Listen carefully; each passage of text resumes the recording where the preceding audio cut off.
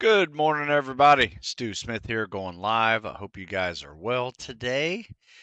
We are back to Monday, back to day one. And I will tell you, I have been so busy this year with some medical issues with a family member, planning a wedding, and this weekend it all came to an end. We are married, got my daughter married, walked her down the aisle, had a great time. Probably one of the best weekends of my life because very rarely is it a time when you have everybody in your life that has been with you since before you were born.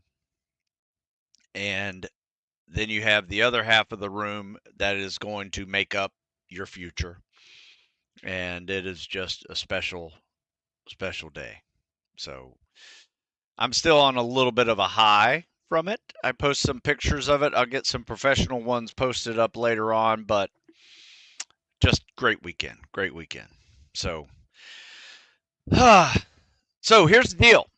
Um, everybody has to start over again. This was a great week, between Christmas and New Year, to start kind of thinking what you want to do, right? You don't have to have a New Year's resolution. In fact, I hate New Year's resolutions. I prefer to just let's set some goals and let's start building some consistency because that's all the difference in the world. I'm telling you, it doesn't matter what your goal is, consistent time and effort and preparation for whatever challenges you're putting in front of you, that makes the difference of you get it. And I promise you, a year from now, with some consistency in whatever you're trying to do, it will change your life. Whether that is a fitness goal, a spec ops goal, uh, a bad habit that you're trying to kick, a work goal, professional goal, whatever. Some consistency is going to be what makes it happen. And it doesn't have to be fancy, it doesn't have to be expensive. It just takes some time and a little bit of effort. So you guys can do this, whatever goal that is. We all have them. I personally, I have, this pretty stressful year. I put on a few more pounds than I would like. So it is game on now. And I am back to 2-a-day workouts and just getting after it, walking extra, eating less. So there you go.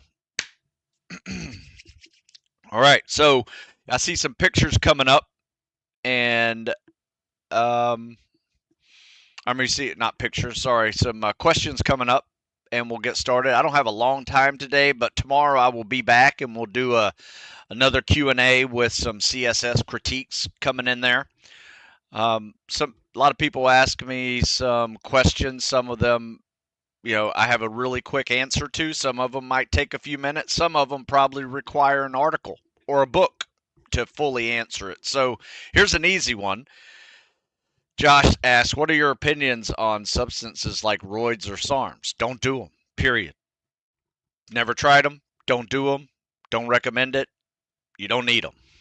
And they're illegal, and you can't do them in the military anyway. What's a 2-a-day workout example? Well, today we started this morning, 16 degrees, by the way, outdoors, and we just ran. Now, the reason why we just ran today was because Saturday was a full body beat down, and everybody's pretty beat up from what we call this workout the Sand Baby Devil Murph, which it sounds as bad as it is as bad as it sounds. It's a Murph, plus it's a Devil's Mile, plus it's a log PT simulator workout. And if you do a Google search on the Sand Baby Devil Murph, you'll see a great article on it. Top to bottom, takes a couple hours. But anyway, it works you from head to toe and pretty challenging.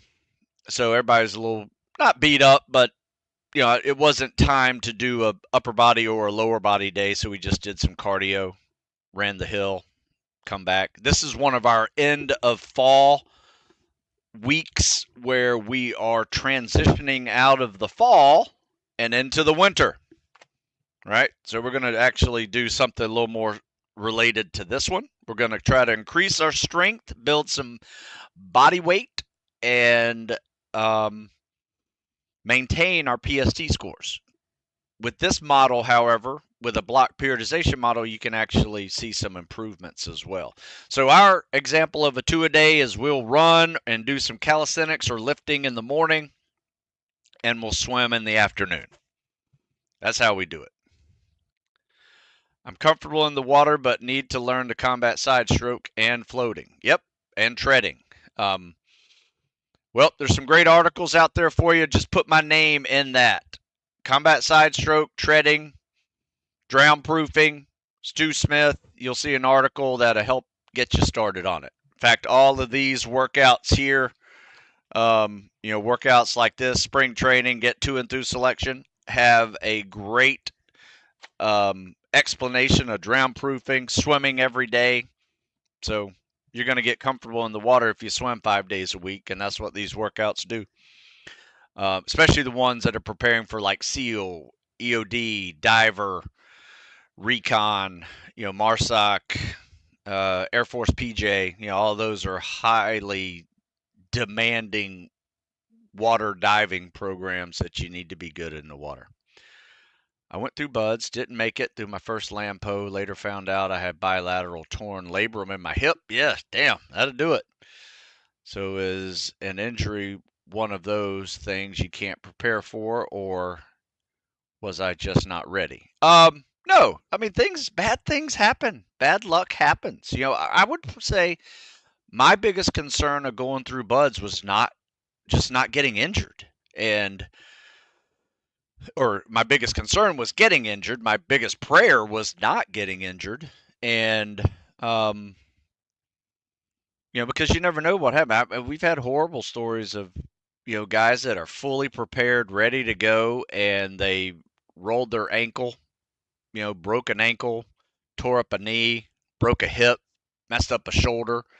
I mean, any one of those 4 joints are susceptible to injury that can get you rolled, require surgery, and it just happens. It's just bad luck.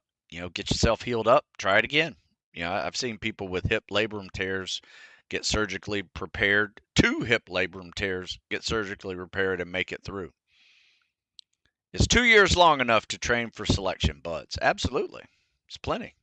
I'd say that's what I did. I was a sophomore in college when I started preparing for BUDS. 20 years old. I was at BUDS at 22, fully prepared.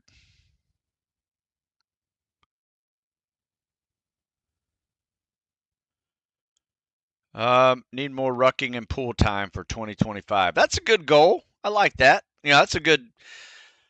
Here's something we do. We'll ruck and we'll swim with fins on leg days. So if you're looking at a arrangement to try to fit more rucking and swimming with fins, because that's a lot of pool time, because you swim a couple thousand, 2,000, 3,000 meters, it's going to take you 45, 50 minutes, depending on which one you select.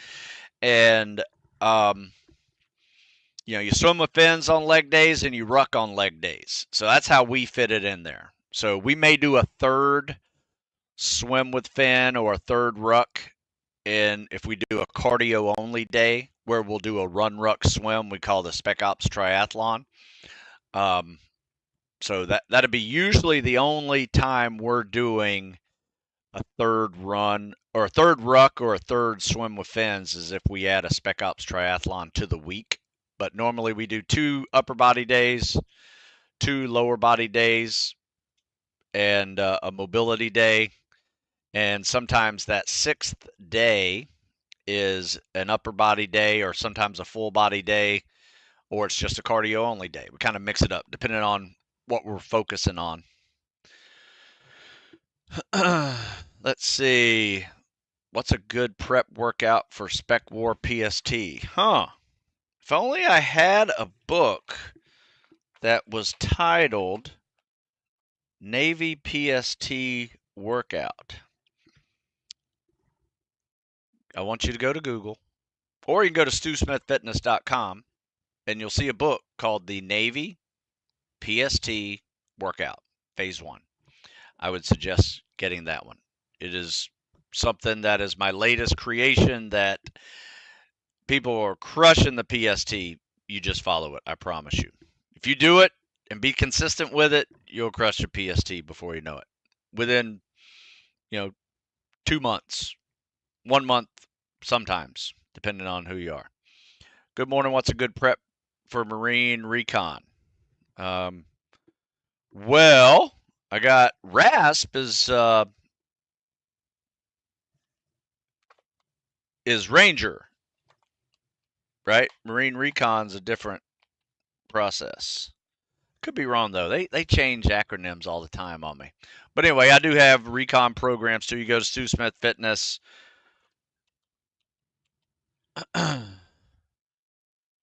Yeah, they're calling it RASP now. So Ranger Assessment and Selection Program. RASP is for Rangers. Recon. Recon Selection. Let me see. I think they call it. They used to call it Reconnaissance Marine RSAT. You take this Recon Selection Aptitude Test. I got to stay on top of some of these things, but they change the names. But there's a selection for Marine Recon. There's a selection for Rangers. Selection for SEALs, Air Force, PJs, all that. And if you go to StuSmithFitness.com, you'll see an answer to all of them. That is what I do. So, ask no more. How's it going? Everything's going good. Let's see what else we got over here. What's the max age limit for buds? You can Google that and find out. Usually it says 29 if you go to the official websites, but I've seen people get age waivers for above age 29.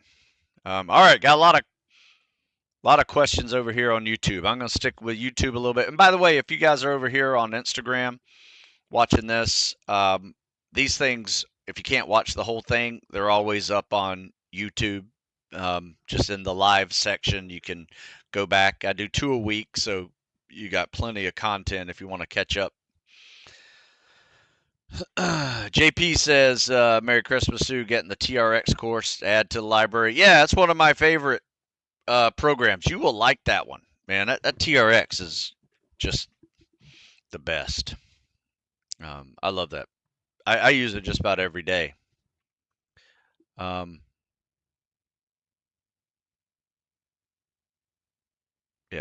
So actually, I've seen the age. They don't even care about that 28, 29 anymore. I've seen people say as people as 36 to 40 applying, and they don't necessarily get in, but I think the oldest one I've seen graduate buds is 38. So there's waivers for it all. All right, here we go. 50 days to rescue swimmer school. What would you start dialing in between land and the pool? My advice is everybody's a little bit different. You need both. And my advice would be focusing on your weakness. Don't double down on your strength and ignore your weakness. Double down on your weakness, and you'll be really glad you did, because that weakness will be exposed on day one, and it's going to require you to do a few things. It's going to require you to work harder to meet the standards, and it's going to require some mental toughness to push yourself when you're tired doing your weakness. So you gotta focus on your weakness, and that's for anybody. And that's why training is not necessarily a one-size-fits-all journey. I write books like this, the fall winter lift cycle, for those of you that need to lift. You might be an endurance guy. I write the spring and summer cows and cardio workout for those lifters that need more muscle stamina and endurance. All of these. Here's rescue swimmer workouts. This is running and swimming and calisthenics on the pool deck, all that stuff. So you need to work on your weakness. All right, here we go. Wonder what my mental about the whole pipeline for SOIDC. You got any tips on how to overcome the stress of the pipeline? I'm my first deployment, by the way. Congrats. Thank you. Um, you know, Jeff and I did a really cool. If you go back on my YouTube channel, um, check out the mental toughness Jeff and I did just last week. I think we did a week before. It's really good. I'll break it down for you probably tomorrow as our introductory thing. Because I every time people ask me about mental toughness, I go down this little rabbit hole of trying to find out a little bit more about psychology, a little bit more about physiology. Because if you think about toughness that you need, it's a mix of both. It's physical and mental. And, our brain is broken up into kind of four parts. We have a survival part of the brain that's all about food, fight, flight, reproduction. It is just pure survival. And that part of the brain is going to be talking to you, right? You got the thinking part of the brain that is using logic and experience, and everything's all built around you surviving and getting things done and thinking about how to do them. And then there's the sensing part of the brain that feels everything: physical, sight, hearing, touch, even emotions. All of those things come into play. And then there's another part of the brain that is the doing part of the brain. And its job is to override those three pieces into doing something. So for instance, I wake up at 5:30 this morning. It's 16 degrees. Did it do you think I felt like going running at 16 degrees in the pitch black darkness before the sun comes up? I didn't. I was comfortable. I was laying in bed. My alarm goes off about 5:15. Look at my clock to see, or my watch, or my phone, just to see what temperature it is. I'm like, oh man, that sucks. Double up my sweatshirt, put on some gloves, watch cap, and I go out and do it. Even though my brain was saying 16 degrees, you could get frostbite. And, the sensing part of my brain is, you're really comfortable. Do you really want to get up? This is awesome. That survival part of the brain is, thinking, sleep, rest, recover, right? You need to survive. And so there's the doing part of the brain, which is tied into your will, your mindset, and quite frankly, your mental toughness and discipline, if you want to take it to another level. And I wrote an article on it, and I and did a podcast on it. It's really cool. In fact, let me see. I'll send you this link. It's called the cognitive part of the brain. Let's see. Here we go. How to build mental toughness. Required for special ops selections. You guys check this out. Here's the link. Posted over here on Instagram. Here's the link. Posted over here on Facebook and YouTube. You guys check that out. Stu, my training composes mostly of strength and function work, but I plan on changing it down the road to align with Bud's requirements. What do you recommend to start doing different? My advice is, if you're strong enough already, lay off the weights for a cycle and focus on this is what I would do. This is the exact program I would do, because it is a progressive running program that's going to start you off at a decent level and focus on calisthenics and cardio. So its primary focus is muscle stamina and endurance, and it adds some mobility work in there. It's going to help you with swimming. It's going to help you with running. Going to help you with rucking. All the pool skills are in there too. And then every fourth week you do like a running deload, so you take out some of the mileage and you go back into a lift week just to maintain your strengths from the previous lift experience and cycles you've been doing. Some people do that. Some people skip that and move on because they don't need to maintain any strength because they're super strong and they just need to keep on doing cals and cardio. And that's what, a lot of these workouts tend to do. This is another option is, spring training. It's a progressive running program. And builds calisthenics, cardio, muscle stamina, endurance while it maintains your strength. That's what I would do right there. All right, what do you think about training routine that consists mostly of heavy lifting in the gym and cardio, running, swimming 4 to 5 days a week, heavy lifting 4 to 5 days a week? Well, it depends. Depends on your goals. Are you maintaining your strength? I mean, I don't see anything for muscle stamina and endurance other than running and swimming. There's more to being a tactical athlete. If you just want to be strong and be able to run, that's great. Nothing wrong with that. You're trying to get ready for a program in the military. You're going to be doing a lot of calisthenics. You're going to do obstacle courses, a lot of grip work, a lot of treading water, swimming with fins, rucking, running for miles. I mean, that's you're probably 2/3 there, but you're missing out on some muscle stamina work. And I prefer to do that with calisthenics or weight vest calisthenics versus just doing lightweight. It's not the same. You need some high volume training. So that's why we break up the year into cycles. So our spring, we're kind of coming down from a winter lift cycle. So we about a 50-50 mix. We have some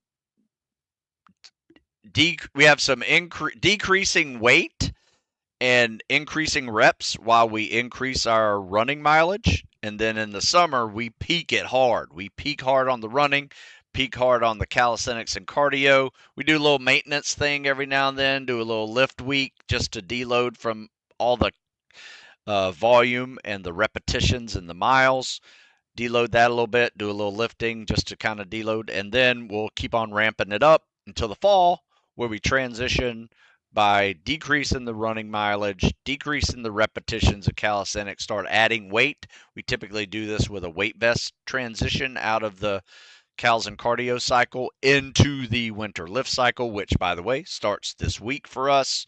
Well, not this week, but next week for us, we start the winter lift cycle. This week is kind of a cycle of testing just to see what our pre-lift week lift cycle numbers are this week. And then we'll do another end of the lift cycle and see where our numbers are there just to see how we progressed.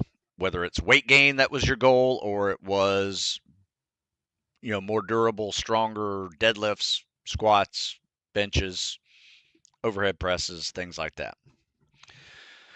So that's the cycle. If you want to get good at everything, you got to practice everything. And sometimes I will tell you this, if you're lifting heavy and trying to get stronger and you're running a lot and doing a lot of cardio at the same time, those two don't mix very well together. You can maintain both really well. In fact, countless people, I even did it, SWAT team guys do it. They'll lift and go run, so you're maintaining what you got. But if you're trying to improve your lifts, trying to get bigger, trying to also increase your running distance, your running speed, your running pace, your swimming endurance, trying to do that all at the same time, those two conflict, and you'll see yourself not getting stronger, not getting bigger, and you'll see yourself not getting faster, not maybe building some endurance, but you're not getting that pace that you need, like that 6-minute pace, because your legs are tired and it's hard to do that. You can maintain all of what you get, but to build it is the difference. And that's what I do. I focus on building all the elements of fitness depending on where your strengths are. You focus on your weaknesses, get those weaknesses up to your levels of strength. Now you're here. Now you can do workouts like that where you're maintaining your strength, maintaining your endurance. You're not trying to build anything. Just want to stay strong, want to stay fast. That's how you do it. But to improve in either, it's almost impossible. I've seen guys do it, but they're freaks of nature. And a lot of times, there's always something they're missing if they're not like fully engaged in understanding what a tactical athlete is, which is strength, power, speed, agility, muscle stamina, endurance, run, ruck, swim. It's grip, it's flexibility, it's mobility. You need all of those to get well, to be good at everything in order to be a good candidate for your job. Then when you're an operator, you still need to be good at all those, but you don't necessarily have to work on improving all of them. You just kind of maintain it. And it's easy to work all of those together in a different type of program, because that's why, people confuse phase 1 of tactical fitness, which you got to focus on the PST. Your workout should look like a PST. If you have weights in your PST, great. If you don't lift weights. The next phase is getting through selection, right? What's your selection look like? Is it running, rucking, swimming, boats, logs, fireman carries? What types of things do you need to be strong for? Do you need to have endurance for? Do you need skills and techniques for, like swimming and treading and drown proofing? Those are things you got to look out for when you're in phase 2 of tactical fitness, or you won't get through training. And then phase 3 is you are now an operator. Maintain what you got to be able to do your job. There you go. That is tactical fitness. All right, let's see what else. Werewolf says, tell everybody about your greatest book, in my opinion, The Complete Guide to Navy SEAL Fit Cross Training. Oh, yeah.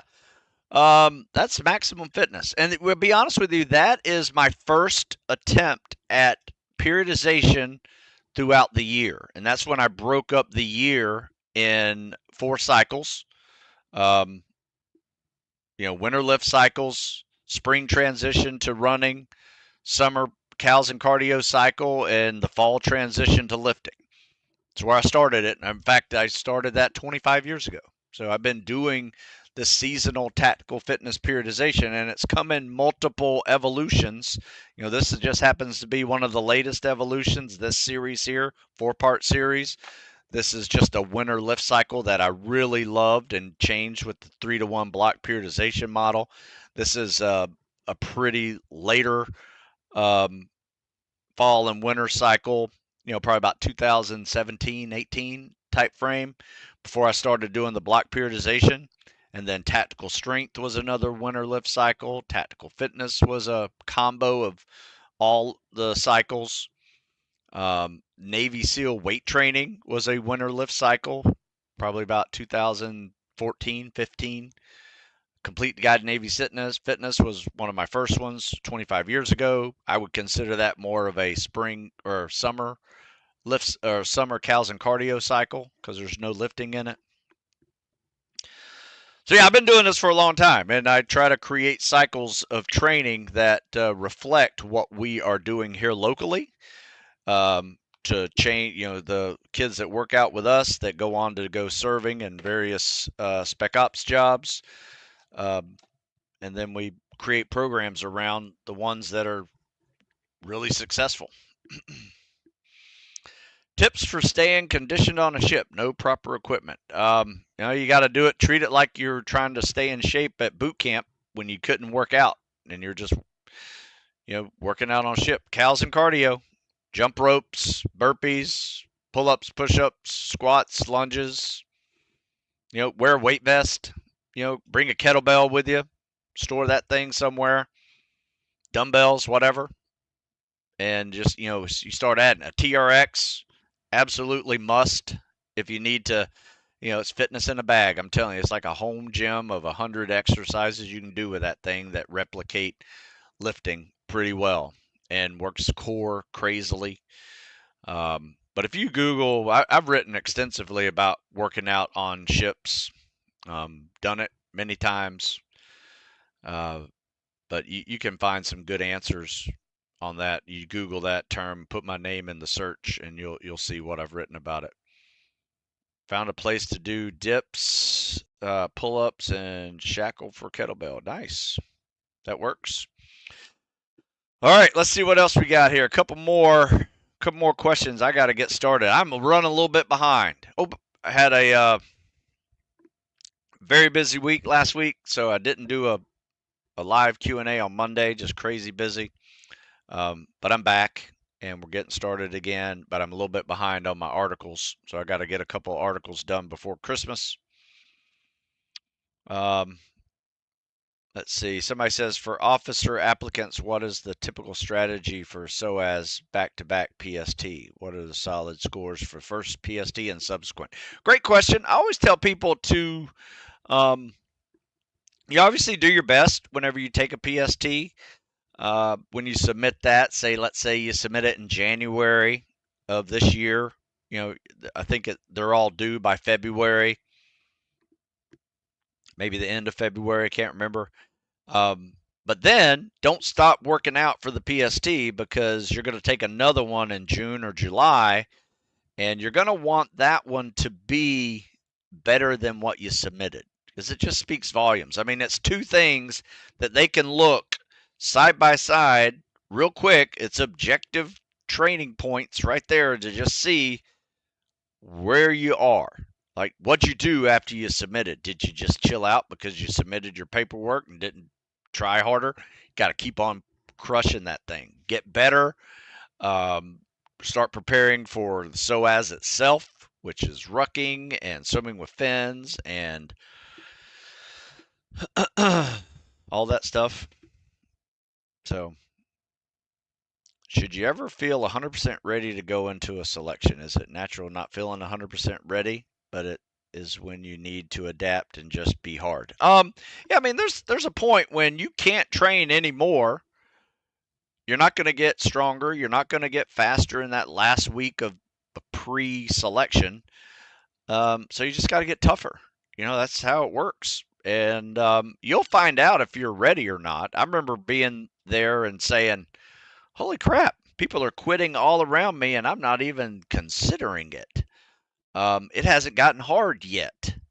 So, there's that, right? So there is a level of fitness that allows you to endure things that people around you are not wanting to endure, whether that was because it was wet and sandy and you're doing all these things, or it's people are yelling at you doing all these things, or whatever. I found it to be kind of one of those moments where I was like, I can do this. So I didn't really know I was ready until probably into the first week. I was like, yeah, I can do this. This is good. So it's normal not to feel like you're 100% ready. You like to say, I think I'm ready, but I do have an assessment tool to kind of help you see if you're ready.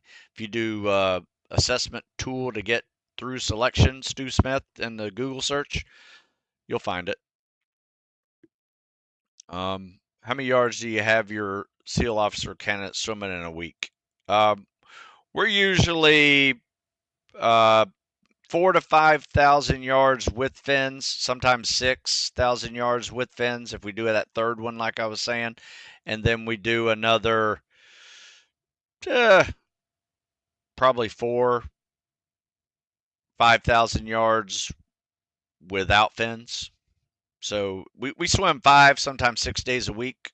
So a lot of that is treading water, underwater swims, technique stuff. So it's not crazy on the mileage.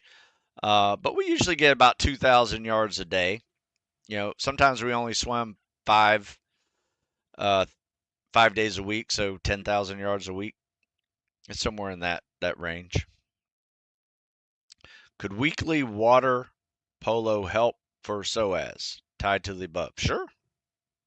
Water polos do well at treading. You're going to learn how to tread. That's one way to do it. What's an ideal daily calisthenics routine to hit every day for building strength? There isn't one. Just looking for a simple, effective routine. Daily calisthenics, I wouldn't recommend unless it's just warm-up stuff of somewhere between 10 pull-ups and 50 push-ups max. All right? That's the only time I would do daily anything. To get stronger, here's the deal. Your first pull-up is a strength exercise. Your 20th pull-up is an endurance exercise. So it has nothing to do with strength. It has more to do with muscle stamina, not strength. So I don't think there is an effective daily calisthenics routine that makes you strong. There's daily calisthenics routines that can keep you where you are, make you bigger, depending on what kind of volume you're doing. But eventually, if you do the same muscle groups day after day after day, and you increase with volume and intensity, you're just going to wind up getting tendonitis and negative results. So my advice is this: you want a daily calisthenics routine? Do this. Do upper body Monday, Wednesday, Friday. Do lower body Tuesday, Thursday, Saturday. You want something to do, or they take a day off on Sunday. And my advice would be do pyramids, supersets, max rep sets. In fact, I'll even put this in the my favorite 3 workouts to do to crush fitness test, and they're all calisthenics based. Check out this article here. I'll put it over here on Instagram as well. It's a classic. Highly recommend it. What do I think about the F-18 that shot down by friendly fire? It sucks. Shit happens. I've been to more funerals of pilots and SEALs because of training accidents than I care to discuss. It's a dangerous job. Accidents happen. One advice to stay consistent when not feeling like you want to do it. Great question. In fact, I'm writing about that right now because I'm writing an article about what a difference a year makes. And it's about all the things that you can do to just help yourself stay consistent. My advice is this: get motivated for a goal. Whatever that goal is, get motivated for it. Then, while you're motivated, start building some daily habits, right? And these habits have to do with starting a consistent time of day that you're doing focused activity on that goal. Then, if you've done this enough, you can stay motivated for a few weeks typically. Then you're going to wake up one day and you're not going to be motivated to go work out. That is when you have to rely on those habits that you just created in the last few weeks and see if those turn into discipline and you work out even though you don't feel like it. When you do that, that's another layer of the step process to becoming disciplined and more mentally tough, because now you're doing things even though you don't want to do it. That's big. You do that, keep on going. Next thing you know, discipline turns to mental toughness. Now it's such a habit. It doesn't matter what day it is, what degree of temperature it is, how you feel. Now I will say this: if you're sick, just stay home, because you don't get other people sick, especially if you have a fever and things like that. Some things are just better left to be staying at home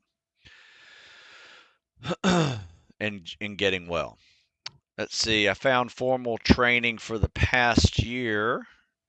Very physical pipeline. How do I get back into peak shape in the next 4 months while allowing my body and CNS to recover? You just got to understand the process. You got to eat well, you have to sleep well, and you have to train smartly.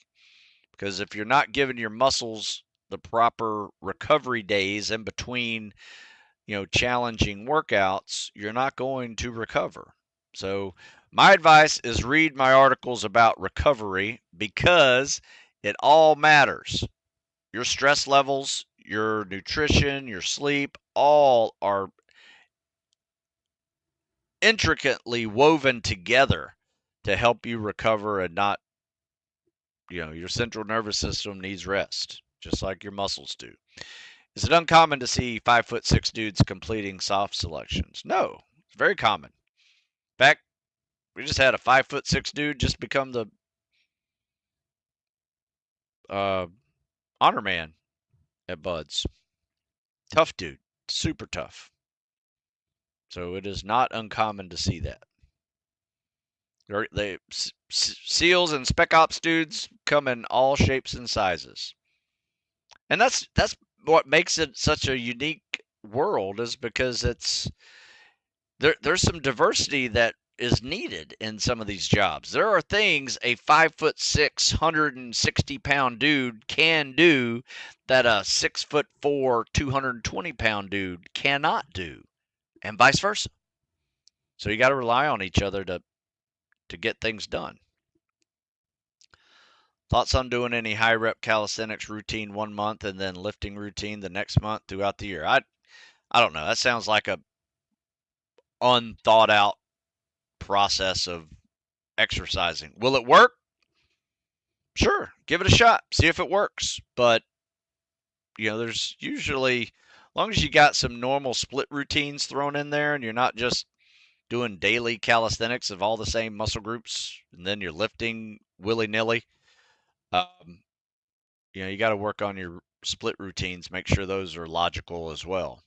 But I mean, I guess it's all right if you're trying to maintain it.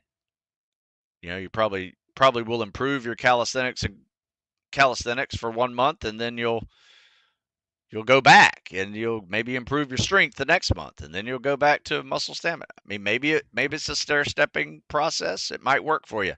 Give it a shot. Tell me how it works. How favorably does SOAS board look at prior SOF experience? Yeah, that's definitely something they would look at. I mean, anything to get your foot in the door, whether that is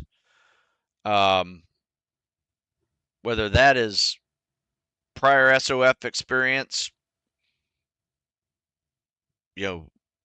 corporate world experience, lifeguard experience, who knows? All of it matters. So any experience that is different, that you become a set of skills that not many people have, I think that gives you an advantage. All right, 44 years old. I've gotten more from your workouts than programs I did in my 20s. Awesome. Thank you. That's awesome. Thank you very much. Is there a workout program that comes to mind that you would come after the 45-day beginner plan? Yeah, if you Google 45-day beginner plan, it's a free plan out there, but it's for true beginners. I mean, walk 20 minutes is like workout number one. It's not that hard. It's for beginners, people who don't walk, don't do anything. The 90-day plan would be a next step for that. Probably calisthenics and cardio after that. Yeah, I have a general workout selection on Stu Smith Fitness. If you go to the general workout selections, you'll see easy workouts. Let's see. If you were a federal tactical operator who wanted to serve in the military, what approach would you take most likely? I don't know. I'd just start like everybody else. You got a fitness test you got to pass. You want to score well on that. That's kind of like your entrance exam. After that, it's your resume, it's your interviews, it's performance at selection that's going to get your foot in the door for the next level. So just get prepared for that. All right.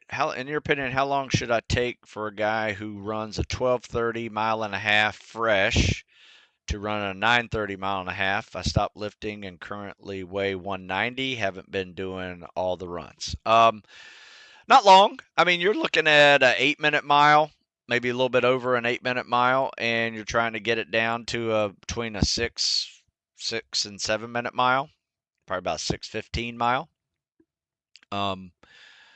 And at your weight, you're not overweight unless you're really short. I would say, I mean, you give yourself 4 to 6 months, you definitely crush it. I've seen people go from 12 to 9 in 12 weeks. So just depends on what kind of program you're on. Average special operator, 5'10", 180. I would agree with that. About half or taller and other half shorter, lighter. Buddy retired Recon, 5'3". Yeah, we had a dude in our buds class that was 5'0". And he was like 140 pounds at 5 foot. So he was jacked little dude, and he made it.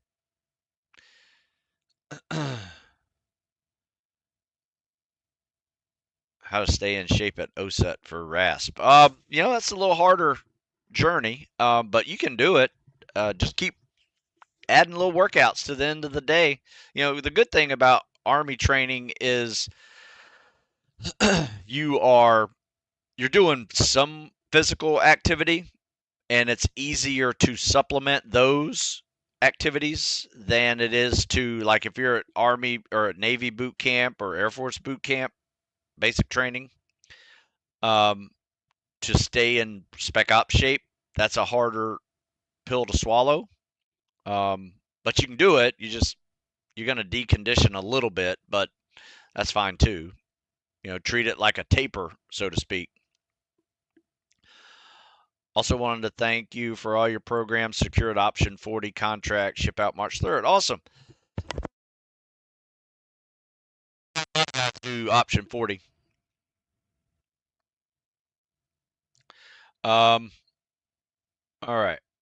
What's going to happen in 2025? I have no idea. It's just like every other year for me. No clue. Wish I could foresee the future, but seems like it's going to be interesting. Yeah. Hey guys, I do need to go. Don't want to take up all your time. I do need to write some articles today, so I need to get started. I appreciate you sticking around. If you guys haven't been to StuSmithFitness.com yet, check it out. A lot of those questions you asked are answered in these type of programs, so check those out. I got a ton of articles on there, probably about 1,000 articles. So there's a little search feature over there. Google's a great search feature. Put my name in the Google search that you use, and I've probably written about it. If I haven't, send it to me by email, and I'll write an article about it, especially if it's good enough to be an article. So I appreciate your time. You guys, if you go to StuSmithFitness.com today, use the Live15 coupon code, save 15% on programs, and there you go. I'll be back tomorrow, same time, about 9ish, and we'll do some CSS critiques and more live Q&A. So I'll see you tomorrow about the same time. You guys have a good day. Take it easy.